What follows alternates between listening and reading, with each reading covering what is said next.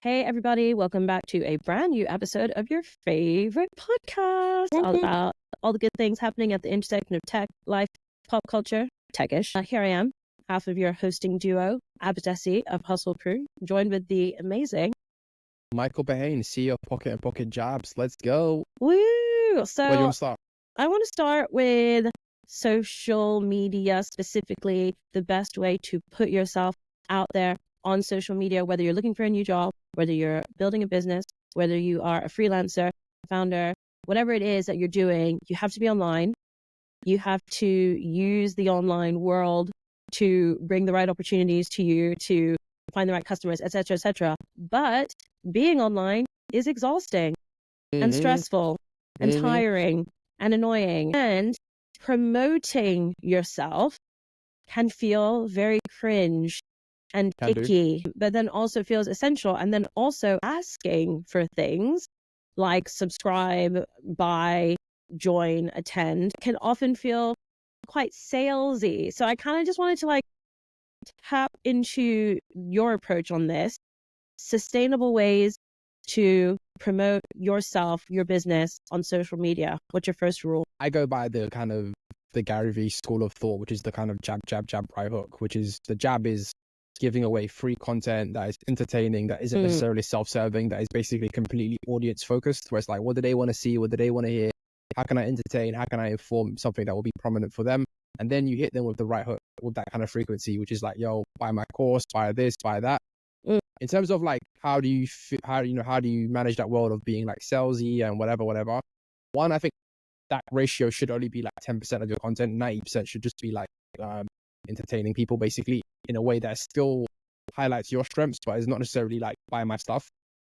But then even when you get to that sales portion, how do you do it well? One, you've kind of just got to get over yourself. I'll be honest with you. I have very little patience for people that are like, oh, but it's so gimmicky. It's like, all right, cool. Then don't interact with how the world works. Get a job. That too. No, but sometimes you need to create content even if you want a job, because you want to build your career brand. True.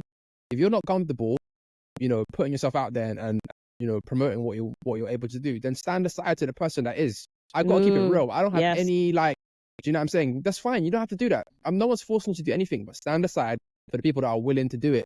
And I always have this term that I tell my friends about. I call it the invisible competition.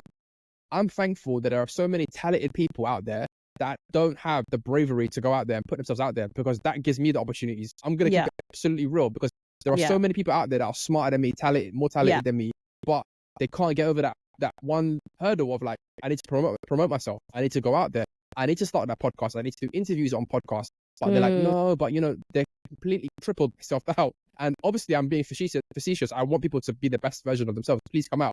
But at the same time, also, you leave space for people who are maybe even less talented than you. So if you're not comfortable with that, then get over yourself and just put yourself out there 100%. I'm just going to add another layer to that, because I do think there is some socialization happening according to, our gender as it presents when we're young, or whatever, because, in patriarchy, speaking broad strokes here, and there are books about this, talks about it, research on this, men are encouraged to be brave and women are encouraged to be nice. And I do think some of that blocker to putting yourself out there comes from lacking that encouragement to take risks and to fail. And it has to be addressed and it has to be acknowledged. If I look at my own journey, I was completely terrified of failure. And then I joined a startup a year before IPO and saw a lot of very mediocre men bossing me around and telling me what to do. And I was like, you managed to raise millions? You managed to build a global company? You can't even spell. You can't even button your shirt properly. This is wild. And then even after that, it took me so many more years before I was like, no, you can do it. Put your company out there, start a page, start a community or whatever. So there is also a lot of internalized oppression to overcome. I'm not disagreeing that step out the way if you don't have the guts for it. But I also think we need to put a bit of compassion into that, in the sense that it takes a while to get those guts sometimes. I completely agree with everything you said there. I don't disagree. You're right. There's a perspective that I will never have, because I've never lived in the shoes of a woman, of a black woman, and understand what that's like when you're okay, there's nobody that I'm seeing that looks like me that's doing X, Y, Z, right? So how do I have the bravery to be that first person? But also, when you do it, you get shut down. you get shut down. But also, I'm going to say, but the sentiment of what I said remains unchanged, because what is the solution?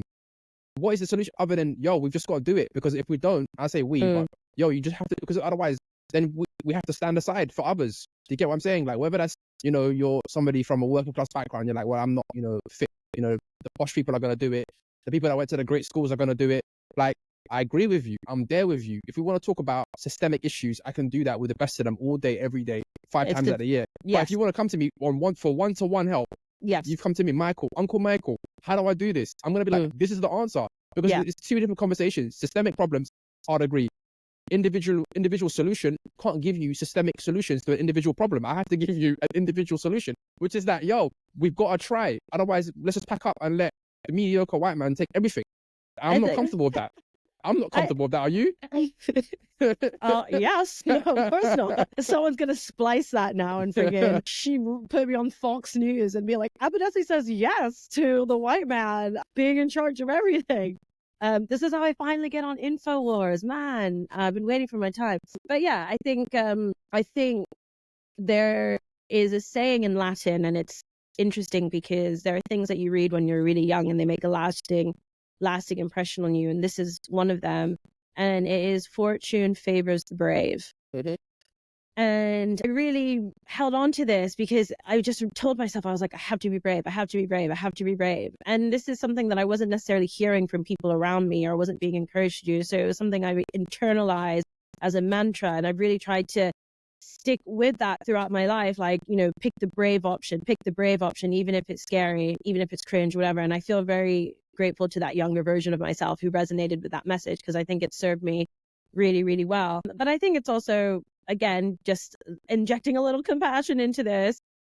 People need to do that inner work and identify what's stopping them from being courageous and ultimately like get the help that they need. Like, yes, there are systemic reasons, but to your point, there are also individual reasons. And a lot of people are just letting their inner critic voice occupy their headspace, or they're giving into excuses. But anyway, I want to move on from this topic. No, but can I make one last point, which is that basically you're the best. The world that me and you that's my inner monologue. You just said my inner monologue. I'm just gonna the world that me and you came into is also not the world that exists today, in the sense that, like, Abadesi at 21, this world today, like 5 years ago, 5 years later. I'm just saying. I'm just saying. Just for the record. Just 5 years later. 21, just to clarify, 5 years ago. Okay. Okay, cool. Continue. The world 5 years ago is a bit different in the sense that, like, you couldn't, and I couldn't. We couldn't follow 50 people on Instagram that are from our background that are killing it, basically, right? No. So I'm not saying that representation is the only thing that matters, but I'm gonna give some tactical advice in terms of, like, how to psychologically brainwash yourself, basically. Because, like I said to you, we have systemic problems. I understand, but we need to have tactical advice to, like, overcome those hurdles. And one cheat code is, like, listen, let me follow 10 people. You know, let me find 10 British Eritreans if I could find them, 10 women of color, 10 black women that are doing amazing things, and let me just follow them and let them brainwash me. And that's the only tactical advice I could give you. Absolutely. But you're completely right. I'm being harsh in it, but this is the advice I give to somebody that I love. And I'm being genuine. I could give you that advice of, like, oh, you know, it's difficult. It's been paved for people now that weren't there before. I followed in the footsteps of the people that came before me. I'm not the first woman in tech that stuck her neck above the parapet and went, this isn't working. Let's make it better. I remember reading Ellen Pao Reset and being like, wow. And the first time I was on a call with her, it was like the friggin' come to Jesus moment where you're like, whoa, I can't believe I'm talking to you. And I think you're right. The opportunities to liberate our minds and find the courage to take a next step forward and then another step forward. There are a lot more pathways to explore now than there were before. And I hope that continues. Each one teach one. Let's keep going.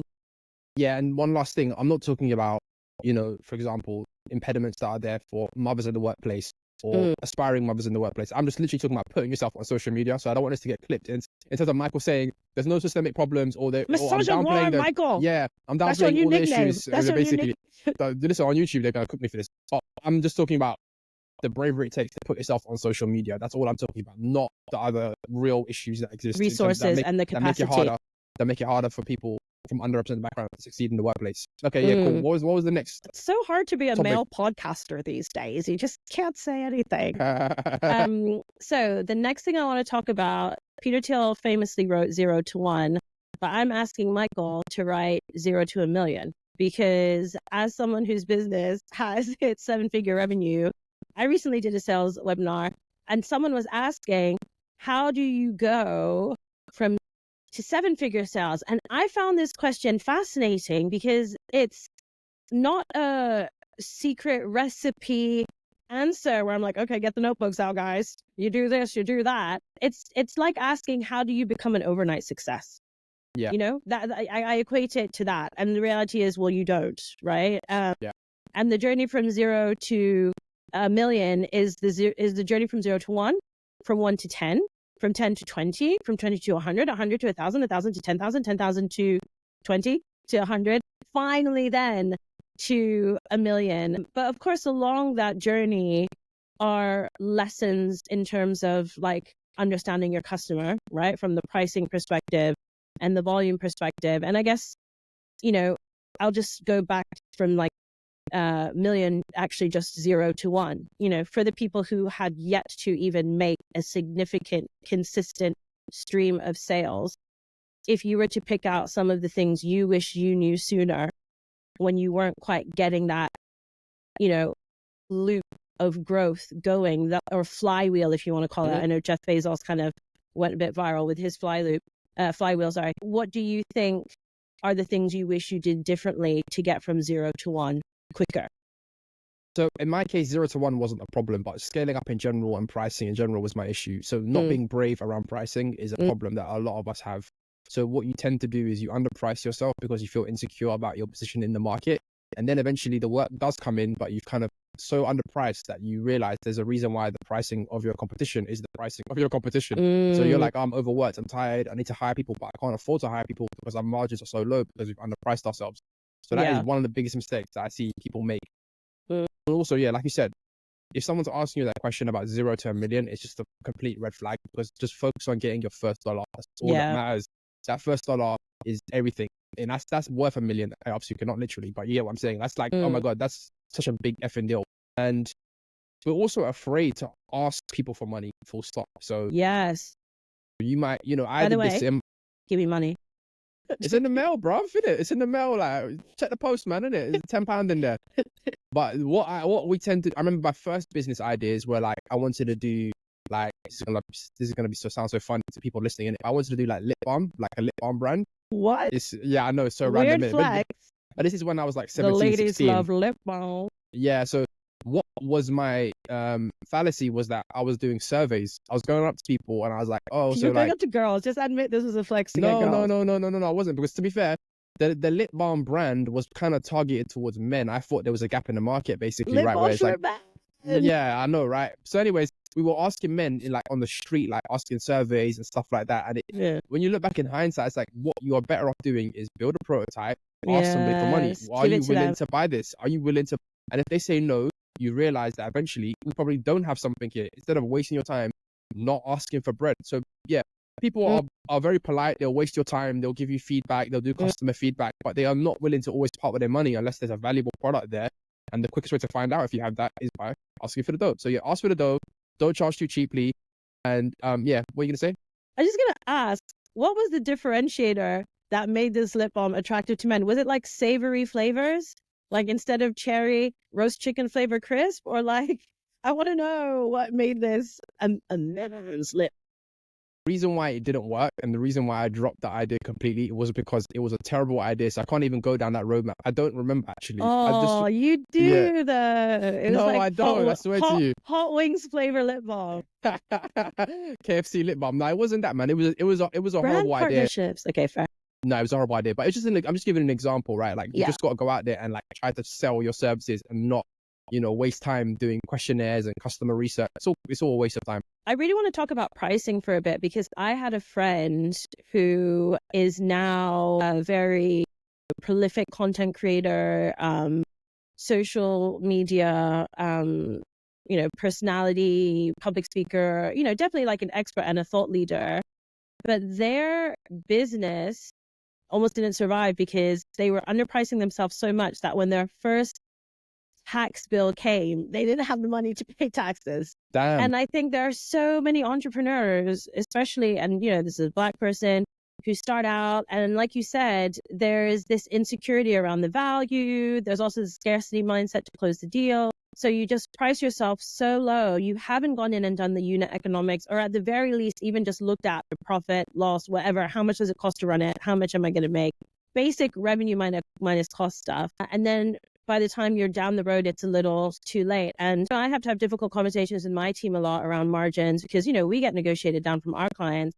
And we're, almost like a marketplace because we're bringing in external people to then go like facilitate. And we're like, oh, is that a fair price to like pay this, expert consultant to facilitate? And I was like, they're two very different questions. Is this a fair price versus is this the price we can afford? And if the clients come in on a price that isn't fair, how can we now pass on a fair price to our facilitators? Needs must. And sometimes we're working with the charity sector or any kind of industry where you just really discounting so heavily. So yeah, where the opportunity is there to protect your profit margins, do it, because that's what keeps your business alive. I'm not gonna lie.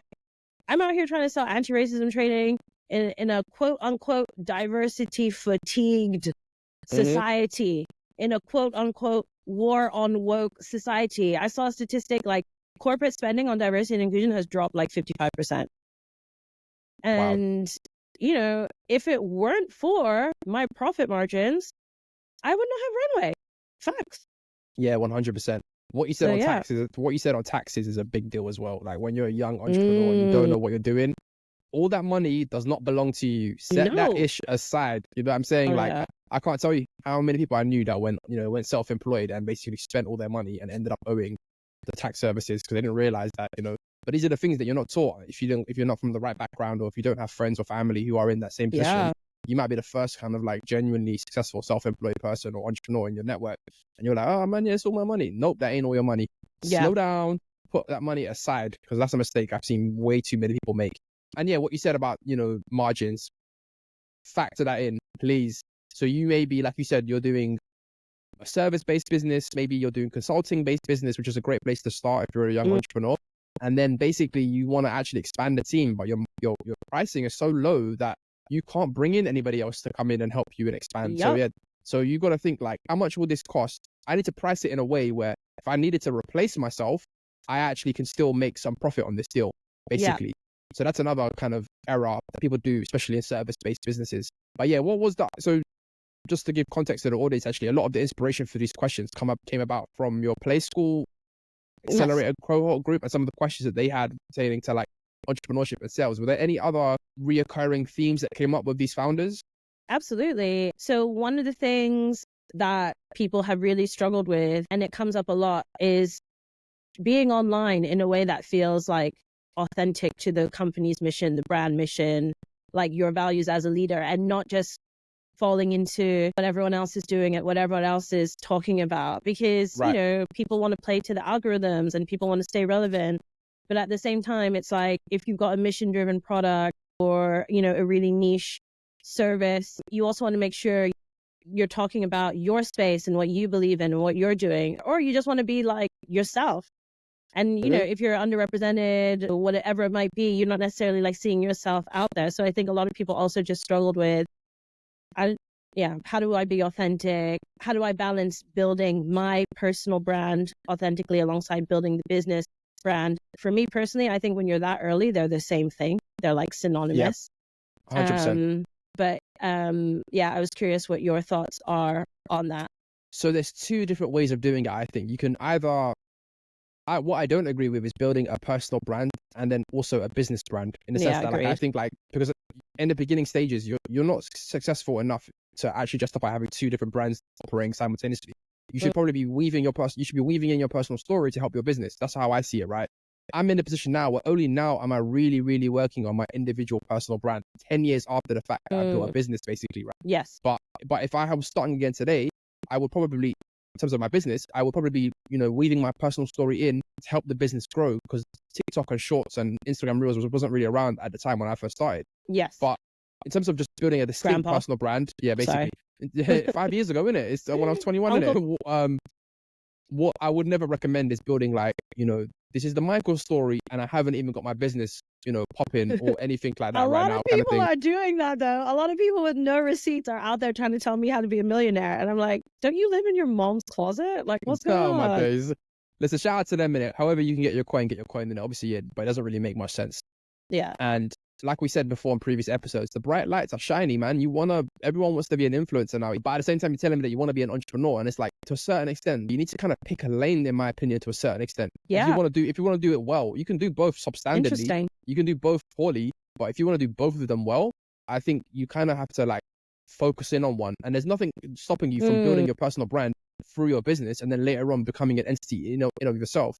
But what I like actually is there's a food delivery brand that's launched in the UK called Simma, and they focus on South Asian food, but in a kind of like home delivery brand, kind of like where you can get a meal kit delivered to your home.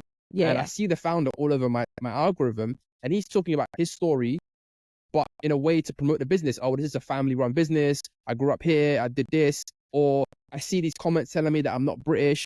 I feel like I'm British. Boom, boom, boom. Here's why our products are whatever, right? So he's weaving in his experiences, his narrative, and showing why the business is complementary to that, and then using that to sell. So that's great. But he's not coming out there talking about, day in my life of the founder back in the day when I was in high school. It's like it's very much pertinent to his company. I have some thoughts. Yeah, shoot. Because I think different rules apply to men and women in social media. And I've had a conversation like this with a lot of my women founders, some of whom have raised millions, some of whom have millions of followers. And, there's this, saying like, that women were saying like, oh, we don't owe you nice. People are like, smile, love. Come on, give us a smile. We don't owe you nice. But I'm thinking of that because I do feel that like in the world of social media, women are seen as you owe us something personal. That is what will make me trust you. And I think it must, on a subconscious level, relate to gender stereotypes where like men are leaders and women are caregivers. We need to prove ourselves as likable in order for people to trust us. Otherwise, it's very easy for us to fall into these tropes where people are like, oh, she's a bitch. And I'm, again, speaking in like huge, broad strokes, but I see some people who are incredibly impressive professionally still having to do that work of like, here's my puppy, or like, here's my husband, to humanize themselves, to avoid being seen as like a cold corporate, bitch. And I find that really fascinating because I don't think men necessarily, and of course it is changing because I think people are increasingly demanding intimacy on social media, regardless of your identity. But I think more so women, this idea that I need to like you in order to trust you. I think it'd be really, and again, it also depends on the type of business you're running, right? I am a service provider. So companies hire me to design and deliver programs. They're very tailored and they need to see that human touch. Also, I'm usually dealing with either a team manager or an HR person. So I'm the first demonstration that we have the people skills to deliver this work. So I think it also depends on what you're doing. I think it depends on like what people are buying from you. And if they're buying something, is personal, tailored, comms heavy, experience heavy, they're not going to trust a faceless brand. They're going to trust a person, and that person is you or your co-founder or whoever is, facilitating that experience for you. If it's a product, then they're going to trust the engagement or the stories or like, the data, whatever. But I think it also just, one, depends on who you are and how society gauges whether or not it trusts you or like you. And secondly, it depends on what you're selling. You know what I've seen happen to actually some of my homegirls, like sometimes they're promoting their business, but then what gets the most traction is wedding photo or here's me and my husband. And it's like, sometimes it's almost like, but the algorithm and the engagement is so high for these sort of personal tidbits that it almost forces them to kind of double down on that. And they're like, I don't want to have to double down on that, but unfortunately, like I'm a slave to that algo. And it's like, if I need to continue the engagement, that's what happens. And that unfortunately is a bit of a trap that women find themselves in through no fault of their own, that men don't get that. Like if I posted a picture of my family or whatever, it doesn't necessarily, it might do well, but it's not necessarily, I'm not boxed in that same way. The person who I think is masterful, I tried to give like an example of a black woman entrepreneur that I think does it really, all of this really well and juggles everything amazingly well. Stop. Sorry to disappoint you. Is Amal from Plant Made. So I don't know if you know, Plant Made is like a hair oil business where they do like lots of natural products for your hair. they've done amazingly well. I think they've scaled up to, to millions and millions of revenue. And they recently won an award, right? Sunday Times, Yes. fastest growing business, top 100. So they're one of the fastest growing businesses in the UK, full stop, bar none. Not the top fastest, woman of color, black business. No, like straight up the top fastest one. And there's nothing wrong with those lists, by the way, but I'm just going to say, like, there's a different level here. It's like literally of the 100 businesses that are growing in the UK, they're in there, right? So she's absolutely killed it, right? And she will do it like, I was losing my hair. I came up with these solutions. And then this is what I found, basically. Yeah. So it's still a personal story. She will also be very transparent about, we had our stock stolen, like our warehouse got raided, and she'll be transparent. She'll do a whole content series about how this happens, isn't it? And that's someone who's done it in a super masterful way. But I completely co-sign what you're saying. Like, I've seen it happen where people are pressurized or feel that there's a pressure to weave a certain narrative and to be more personal than they would like to be originally, right? You know what I mean? So I'll put in the show notes like these founders and the work they're doing and the examples, the two that I've mentioned. And tell me about the pressures that you found there, because I know this is probably close to home. Hustle Crew very much was born out of like trauma, I guess, right? Your experience in the workplace. Definitely. And like you've told me sometimes that you feel a bit icky, like having to keep re-engaging with that, having to think. So like how do you find it?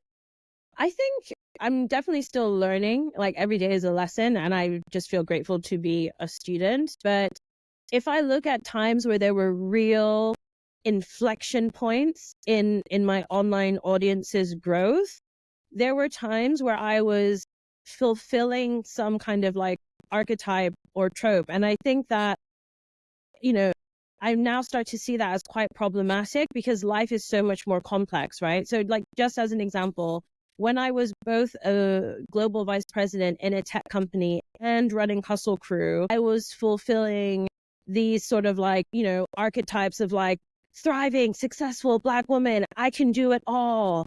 A 6-figure salary and a 7-figure business, award-winning this, award-winning that. I was fulfilling this sort of like, peak capitalism, top of the ladder, top of the founder game, personality. And because it was so exceptional to be all of those things, I was in the press, I was getting headlines, I was getting founders, that was the glow up era. And people are like, loved it, from nobody in tech to global VP, from, not getting VC checks to 6-figure contracts. And behind the scenes, I wasn't doing well. Do you know what I mean? Right, because the reality of bearing all that responsibility is things have to give. And in my case, it was my sleep, my mental health, my social life, etc. Then coming out of the back of that era, other times where my followers grew or my engagement grew was when I was then being incredibly vulnerable about coming out of that chapter of my life and being honest about the burnout, the grief, the loss, the identity crises, and people really resonating with that. Like, oh my God, I feel seen, I feel seen, I feel seen. But I was still processing all of those negative emotions and experiences. And what I realized is it's very dangerous for me, and I can only speak for myself, to create a social media narrative around something that I still haven't fully processed myself, if that makes sense. Because you can't really convey in a series of photo carousels or a reel or a caption and a few characters, the incredibly complex experience of your life. If you have been made redundant, if you have lost all your biggest clients, if one of the most powerful men in tech is announcing that your entire industry is dead and going to war against it. Like, this stuff is complicated. I'm now at this point where it's like, I am very conscious of what I am willing to sacrifice in terms of not just time, but also emotional honesty and privacy in a bid to build my online profile and my audience. And there are a lot of things that have happened to me that I know I could have made a post about that would go viral. There are a lot of stories that I know I could pitch to The Guardian, BBC right now and get on Women's Hour tomorrow and whatever. But I've realized that I don't want it that badly to put myself out there like that right now. Do you know? I'm not saying I won't ever talk about them, because I think there's also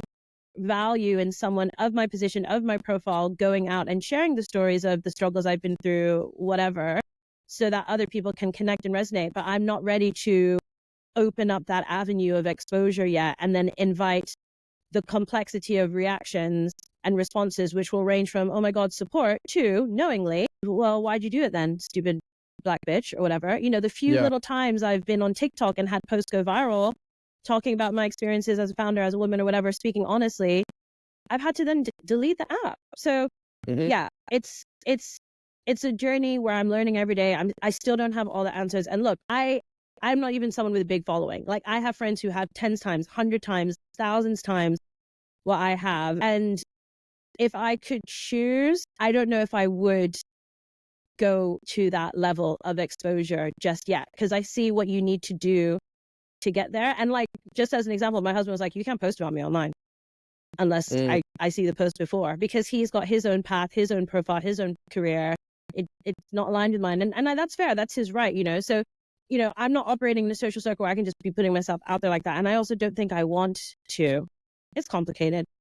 Absolutely. And I think it's so difficult when your work and your passion is around these sort of societal issues in a society that doesn't even want to acknowledge the existence of these problems. So it's like you putting yourself out there, talking about the things that have happened to you. You're just faced with denialism, people that are just saying you're making it up, and you know, it's crazy. Exactly. Like, it's insane. And also, like, I don't want this stuff weaponized against me, you know, whether that's in my business from a customer or, you know, members of the public. Like, you know, words aren't as painful as knives and bullets, but they still hurt. I was going to give an example there, but probably I won't mention it because it's private. Anyways, okay, on that note, we'll leave the episode there. We'll take it offline.